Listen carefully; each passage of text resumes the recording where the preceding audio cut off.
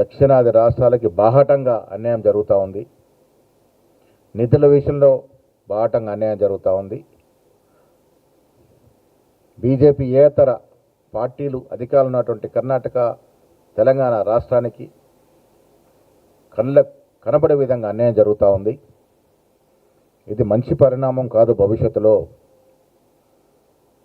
ఉద్దేశపూర్వకంగా బీజేపీ ప్రభుత్వం తెలంగాణ రాష్ట్రానికి అన్యాయం చేయడం, దక్షిణాది రాష్ట్రాలకు అన్యాయం చేస్తూ పోతే భవిష్యత్తులో ఇది ప్రమాదానికి దారితీస్తుంది. ఇది గ్రహించుకోవాల్సిన అవసరం ఉన్నది.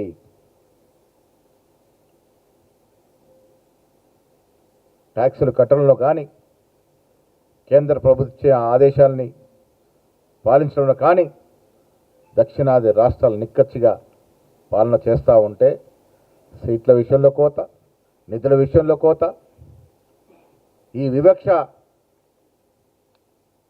భవిష్యత్తులో ప్రమాదానికి దారితీస్తుందనే మాట బీజేపీ పార్టీ, బీజేపీ ప్రభుత్వం గ్రహించుకోవాల్సిన అవసరం ఉన్నది. ముఖ్యమంత్రి రేవంత్ రెడ్డి గారు ఢిల్లీలో చెప్పినట్టుగా దక్షిణాది రాష్ట్రాల నాయకులు దీన్ని డెఫినెట్గా ప్రతిఘటిస్తాము. ఇదివరకే ముఖ్యమంత్రి గారు, నేను, స్టాలిన్ గారు చేసిన మీటింగ్ చెన్నైలో హాజరవ్వడం జరిగింది.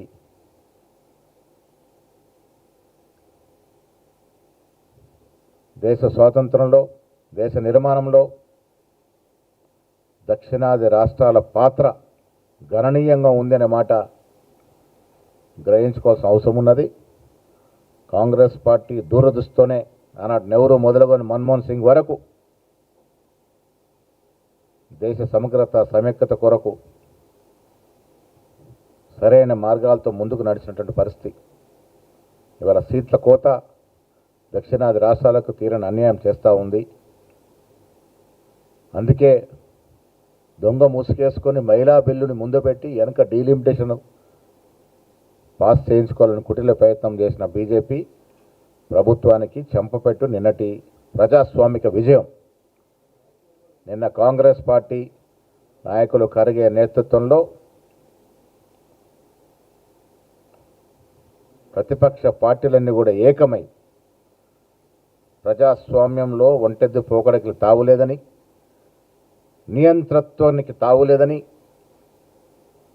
స్పష్టంగా నిన్నటి తీర్పు వెలువడింది. కాంగ్రెస్ పార్టీ ఎప్పుడు కూడా గతంలో కానీ ఇప్పుడు కానీ మహిళా రిజర్వేషన్ కట్టుబడి ఉంది. మా నాయకురాలు ప్రియాంక గాంధీ వాళ్ళు అడిగినట్టుగా నిజంగా చిత్తశుద్ధి ఉంటే కేంద్ర ప్రభుత్వానికి సోమవారమే మళ్ళీ మహిళా బిల్లును సపరేట్గా పెట్టాలి.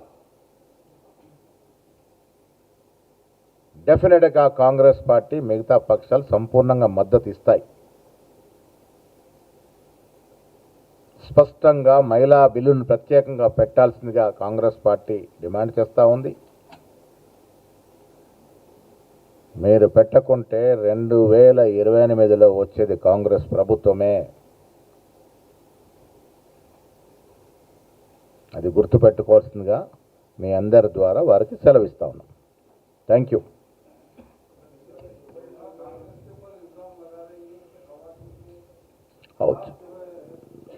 चोर उल्टा कोतवाल को डांटे वैसा अभी देखो पुराने ज़माना नहीं है. पूरे एजुकेटेड विमेन है देश में. अगर उन लोगों को सच्चा दिल से अगर करना चाहते थे तो कल महिला बिल सेपरेट आती थी.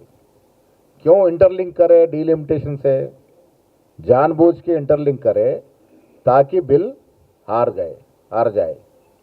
ये तो महिला लोग जान चुके हैं. और कांग्रेस के बारे में कोई महिला के इशू में बात करते तो उनको हमारी हिस्ट्री, कांग्रेस की जो इतिहास है वो अगर पढ़ते हैं तो महिला को कांग्रेस पार्टी आज तक कितनी बढ़ोतरी दी वो जानकारी मिलती है.